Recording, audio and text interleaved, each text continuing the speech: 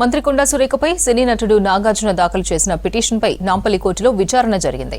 నాగార్జున తరపున వాదనలు వినిపించారు సీనియర్ లాయర్ అశోక్ రెడ్డి. రేపు స్టేట్మెంట్ ఇవ్వడానికి కోర్టుకు వెళ్లనున్నారు సినీ నటుడు నాగార్జున. సినీ నటుడితో పాటు సాక్షుల వాంగ్మూలాన్ని రేపే నమోదు చేయాలని కోర్టును కోరారు నాగార్జున తరపు న్యాయవాది అశోక్ రెడ్డి. కేసుపై విచారణ రేపటికి వాయిదా వేసింది కోర్టు.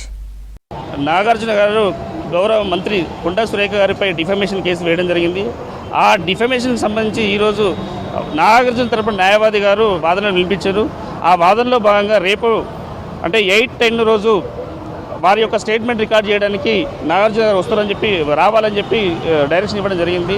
దానికంటే ముందు ఏం జరిగిందంటే అసలు ఇంత పరువు నష్టం రావడం ఎందుకు వేసిండ్రు, వేయడానికి కారణాలు ఏంటో అని తెలిస్తే దానికి ముందు ఈ కేటీఆర్ సోషల్ మీడియా వీళ్ళంతా ఏం చేశారంటే ఈ కొండా సురేఖ గారిని అంటే కొండా సురేఖ గారు మెదక్ జిల్లా ఇన్ఛార్జ్ కాబట్టి గౌరవ మంత్రి స్టేట్ మంత్రి కాబట్టి ఆమె ఆ మంత్రి హోదాలో మెదక్ జిల్లాకు వెళ్ళినప్పుడు పార్లమెంట్ మెంబరు రఘునందన్ గారు ఆమెను రిసీవ్ చేసుకోవడం జరిగింది. ఆమె పద్మశాలి బిడ్డ కాబట్టి ఆమెకు నూలు వస్త్రాలు ఒక గిఫ్ట్ ఇవ్వడం జరిగింది.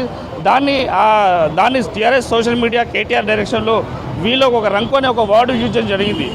అదేవిధంగా తెల్లవారితోనే బాపుఘాట్ వద్ద గాంధీ జయంతి ఉత్సవాలు జరుగుతున్నాయి. ఈ మీడియా వాళ్ళు ఎందుకు ఈ విధంగా ఇట్లా జరగడం జరిగిందని దానికి ఎక్స్ప్లెనేషన్ ఇస్తుంటే రంగు గురించి వాళ్ళు ఎందుకు మాట్లాడాలి, వీళ్ళు మాట్లాడడానికి ఏం అర్హత ఉంది? ఎందుకంటే వీళ్ళు ఈ ఫోన్ ట్యాపింగ్ ద్వారా రకరకాల వ్యక్తుల యొక్క రంగు బయటపెట్టి ఎంతోమంది కాపురాలు కూల్చిన దాఖలాలు ఈ కేటీఆర్ కేసీఆర్ పైన ఉన్నాయి.